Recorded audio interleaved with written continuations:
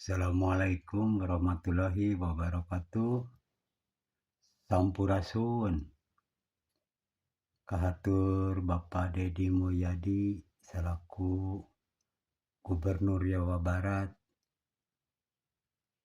Abdi seja nyuhunkeun bantosanana, tapi punten abdi sanes nyuhunkeun artos, nyuhunkeun disumbang ti Pak Deddy. Maksad abdi mah abdi hoyong janten padamel kebersihan, petugas kebersihan jalan-jalan provinsi. Mung eta kahoyong abdi mah. Naon margina abdi hoyong janten padamel kebersihan? Kahiji abdi gaduh usaha warung, mung hiji-hijina ge ayeuna tos bangkrut,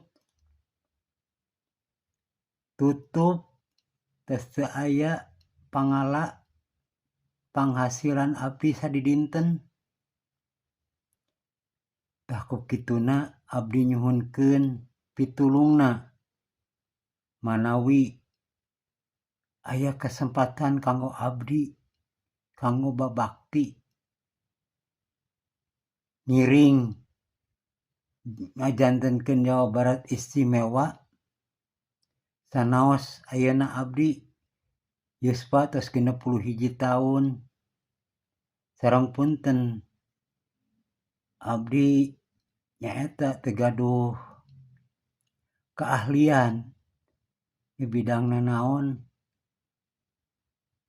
Sareng ayeuna abdi tos hirup tos putus asa. Mun nya mah abdi teh hoyong kajait kitu tah.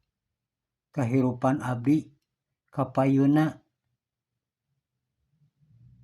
Tah kitu we panginten abdi nyuhunkeun pitulungna teh hoyong janten petugas kebersihan jalan-jalan di provinsi Jawa Barat. Sanes abdi bade nyuhunkeun artos, bade nyuhunkeun sumbangan sanes. Ampun paralun, abdi mah kajen keneh leungeun kotor ku taneuh, cek paribasana. Kulit beuki ngahideungan, baju jebreg ku kesang ari dipake gawe